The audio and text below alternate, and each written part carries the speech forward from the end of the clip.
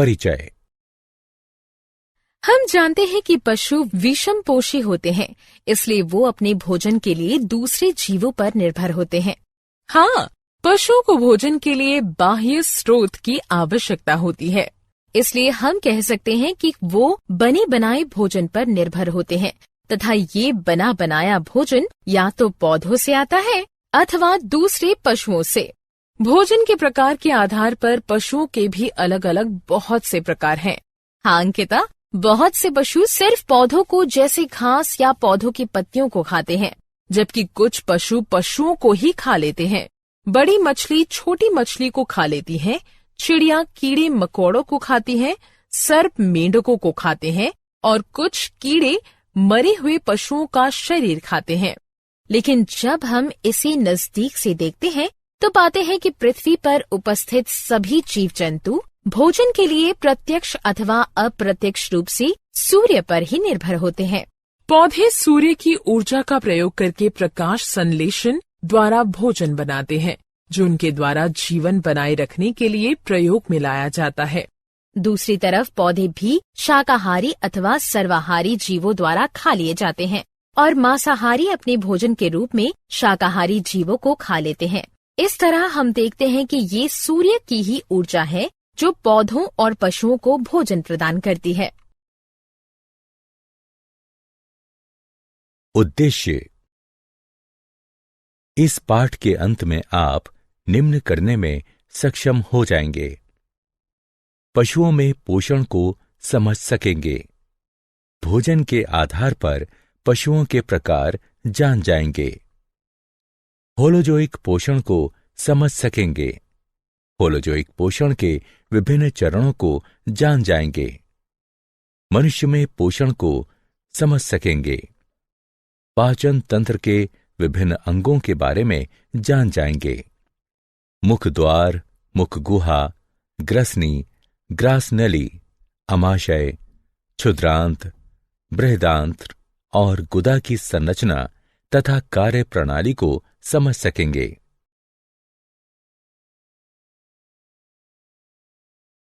विभिन्न पाचन ग्रंथियों का पता लगाइए। लालारस अथवा लार ग्रंथियों और जठर ग्रंथियों की संरचना और कार्य प्रणाली को समझें।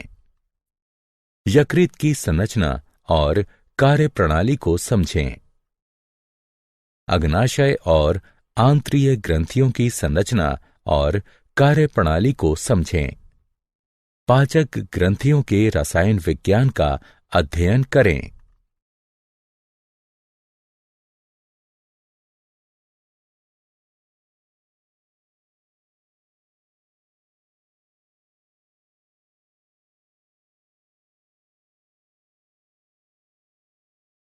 पशुओं के प्रकार। भोजन के आधार पर सभी पशुओं को 3 समूहों में विभाजित किया जा सकता है: शाकाहारी, मांसाहारी, सर्वाहारी। जैसा कि हम पहले ही चर्चा कर चुके हैं, वो पशु जो सिर्फ पौधों को खाते हैं शाकाहारी कहलाते हैं। वे घास, पत्तियां, अनाज, फल या वृक्ष की छाल खा सकते हैं।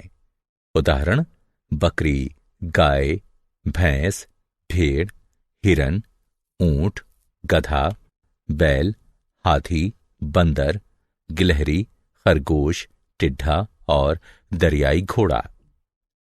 ठीक उसी तरह वो पशु जो सिर्फ दूसरे जीवों को खाते हैं मांसाहारी कहलाते हैं, जैसे शेर, चीता, मेढक, गिद्ध, किंगफिशर, छिपकली, भेड़िया, सर्प और बाज।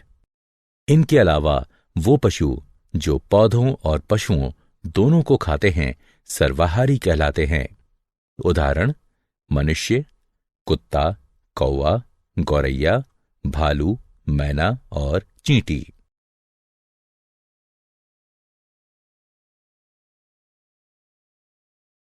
होलोजाइक पोषण। होलोजाइक पोषण, होलो संपूर्ण जोइक और पशु, वो पोषण जिसमें ठोस या द्रव कार्बनिक पदार्थों का अंतर्ग्रहण किया जाता है।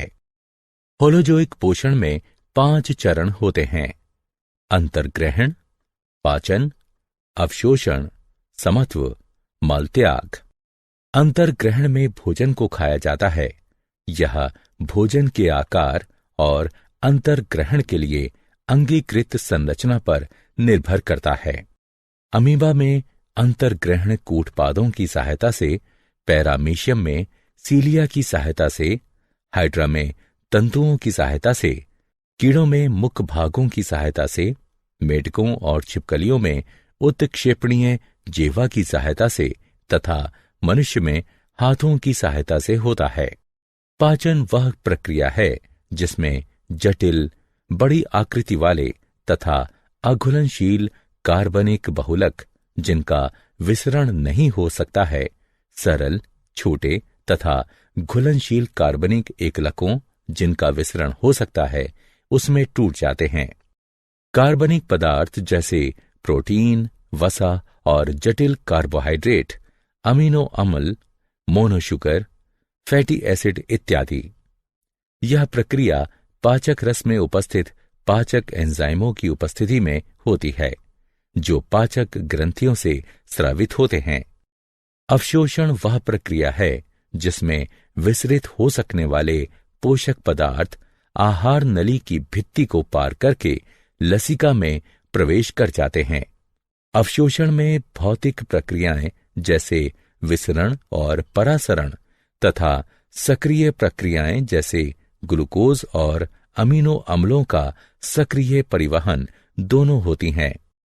समत्व एक उपचयी प्रक्रिया है जिसमें साधारण पोषक पदार्थ उपापचयी प्रक्रिया से गुजरकर पुनः प्रोटीन, पॉलीसैकेराइड और वसा जैसे जटिल और बड़े जैव अणुओं का निर्माण करते हैं। यह नए बने हुए बड़े जैव अणु वृद्धि और शरीर के ऊतकों की मरम्मत में सहायता करते हैं। मल त्याग वह प्रक्रिया है जिसमें भोजन का वह भाग शरीर से निकल जाता है जो पचता नहीं है। वह सारा भोजन जो हम खाते हैं हमारे शरीर में नहीं पचता है। भोजन का एक भाग शरीर में ही बचा रह जाता है जिसका उपयोग शरीर द्वारा नहीं किया जा सकता, इसलिए यह भाग शरीर के मल के रूप में अलग हो जाता है। मनुष्य में पोषण। मनुष्यों में पोषण उसके पाचक तंत्र द्वारा होता है। मनुष्य के पाचक तंत्र के विभिन्न अंग निम्न हैं: मुख द्वार, मुख गुहा, ग्रसनी, ग्रासनली, आमाशय, क्षुद्रांत्र, बृहदांत्र, मलाशय, गुदा।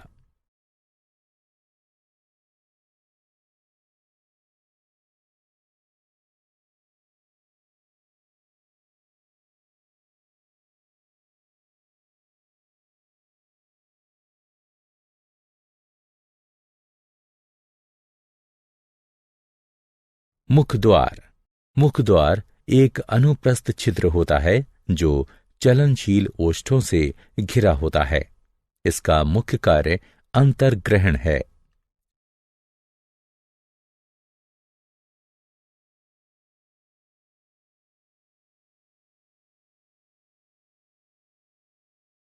मुख गुहा।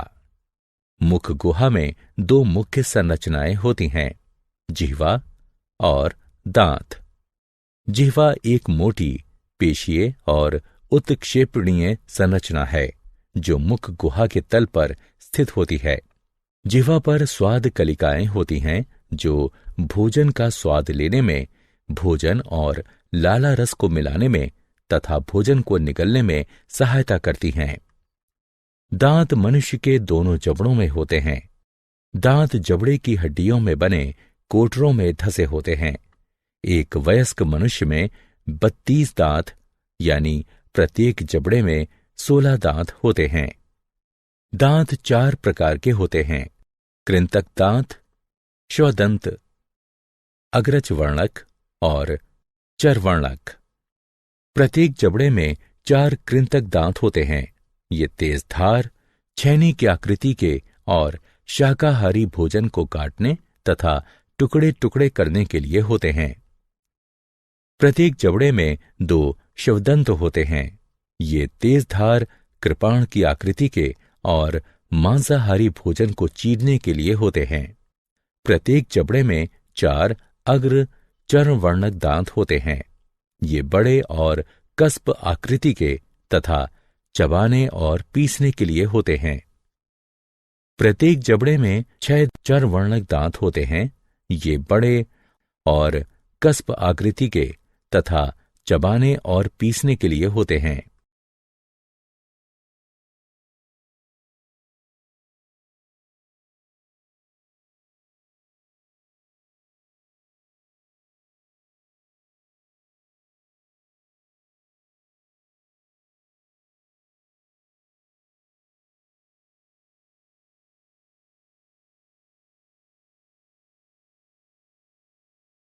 ग्रसनी। ग्रसनी एक कीप जैसी आकृति होती है जहां भोजन और वायु एक दूसरे को पार करते हैं। इसमें 2 छिद्र होते हैं। कंठ द्वार कंठ और श्वास नली में खुलता है। गलेट ग्रास नली में होती है और भोजन निकलने के दौरान खुलती है। ग्रास नली। ग्रास नली पाचन तंत्र का एक लंबी, संकरी और नलीदार भाग है। यह गर्दन और ग्रसनी से अमाशय में खुलती हैं। यह क्रमाकुंचन द्वारा भोजन का परिवहन करती है। अमाशय। अमाशय एक मोटा, पेशीय और जे की आकृति का थैला होता है जो ऊपरी उदर के बाएं भाग में स्थित होता है। अमाशय भोजन के मंथन और पाचन में सहायता करता है। अमाशय में भोजन का 3 घंटे तक मंथन होता रहता है, जिसके कारण भोजन छोटे छोटे टुकड़ों में टूट जाता है और एक अर्धठोस पेस्ट बनता है। अमाशय की भित्ति में 3 नलीदार ग्रंथियां होती हैं, जिनसे जठर रस स्रावित होते हैं। जठर रसों में मुख्यतः 3 पदार्थ होते हैं: HCl यानी पेप्सिन, एंजाइम और श्लेम। HCl की उपस्थिति के कारण पेप्सिन एंजाइम अम्लीय होता है और प्रोटीनों का पाचन शुरू कर देता है। श्लेम अमाशय की भित्ति को उसी के द्वारा स्रावित HCl अम्ल से बचाता है। अमाशय की पेशीय भित्ति भोजन और जठर रसों को एक दूसरे में मिश्रित करने में सहायता करती है। क्षुद्रांत्र। क्षुद्रांत्र आहार नली का सबसे बड़ा भाग होती है। एक वयस्क मनुष्य में यह लगभग 6.5 मीटर लंबी होती है। यह बहुत संकरी होने के कारण क्षुद्रांत्र कहलाती है।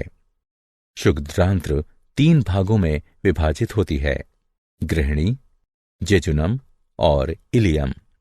क्षुद्रांत्र वह स्थान है जहां भोजन पूरी तरह से पच जाता है और उसका अवशोषण प्रारंभ हो जाता है। इसमें 2 ग्रंथियों से स्रावित होने वाले रस आते हैं: यकृत और अग्नाशय।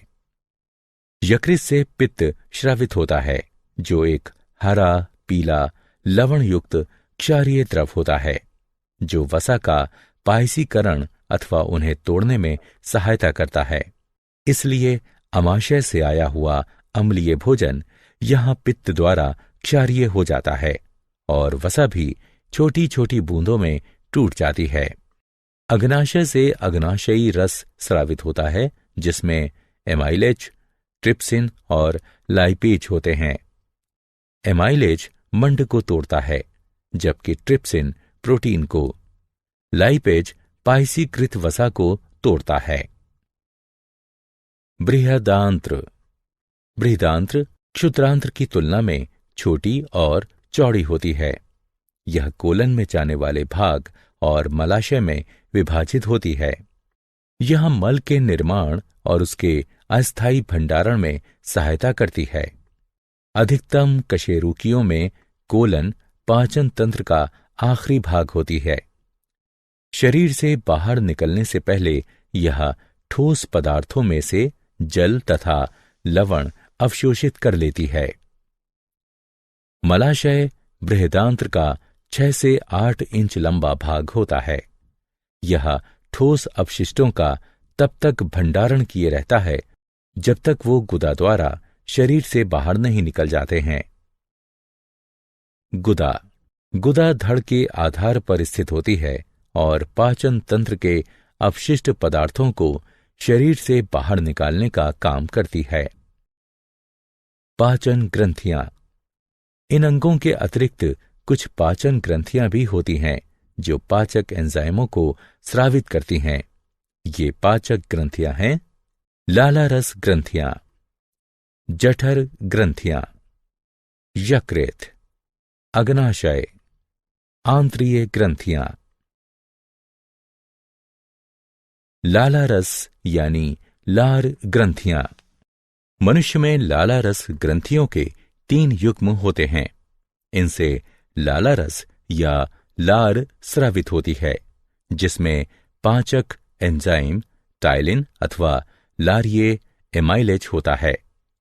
लाला रस नलिकाएं मुख गुहा में खुलती हैं।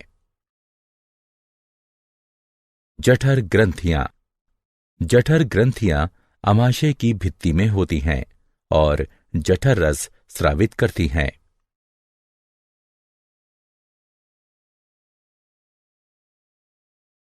यकृत। यकृत उदर के ऊपरी भाग में दाईं ओर स्थित लाल भूरी लोब्यूलेटेड ग्रंथि है, जिससे पित्त रस स्रावित होता है।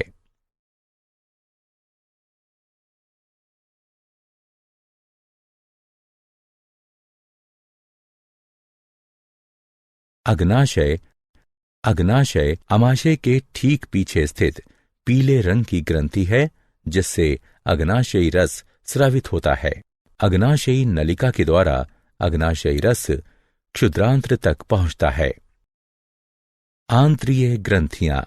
आंत्रीय ग्रंथियां क्षुद्रांत्र की भित्ति में स्थित होती हैं और इनसे आंत्रीय रस स्रावित होता है, जिसे सक्कस एंटेरिकस भी कहते हैं।